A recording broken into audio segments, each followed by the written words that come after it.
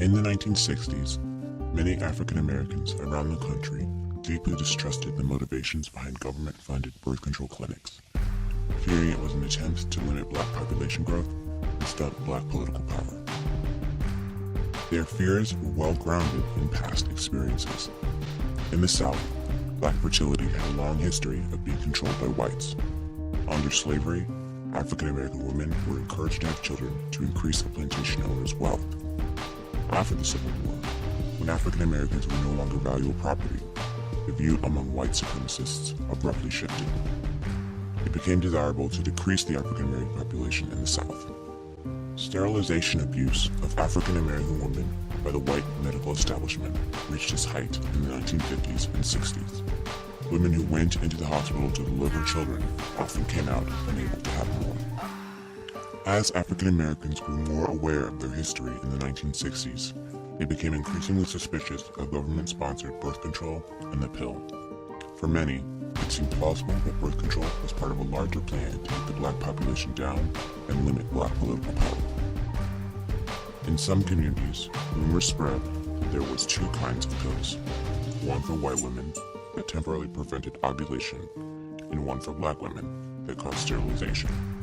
The African American newspaper, Thrust, struck a chord when it asked in an editorial, why couldn't blacks get basic health care, like free aspirin for a headache? But when you're a black woman old enough to look sexy, you can get a truckload of birth control pills for free.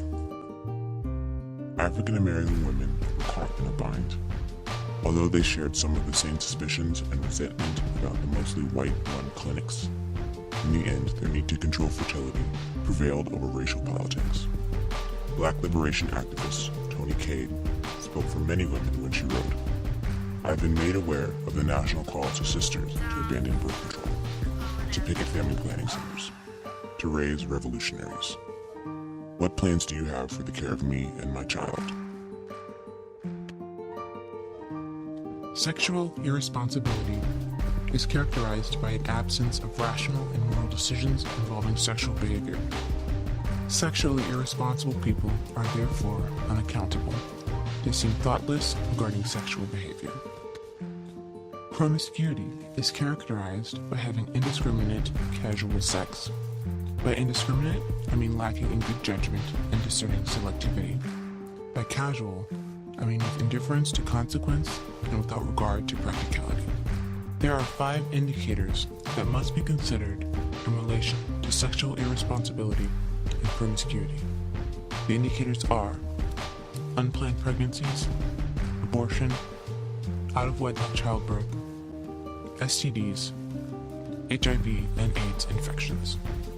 Overall, black women have a horrible record in these areas. It shows a disregard for their own health, the health of their children, and the health of their partners. Most black women don't realize they are behaving sexually irresponsibly, which is why they become promiscuous in the first place. If you're worried you might inadvertently be sexually irresponsible and promiscuous, try looking in the mirror. If you see a black woman looking back, the chances are high you're both.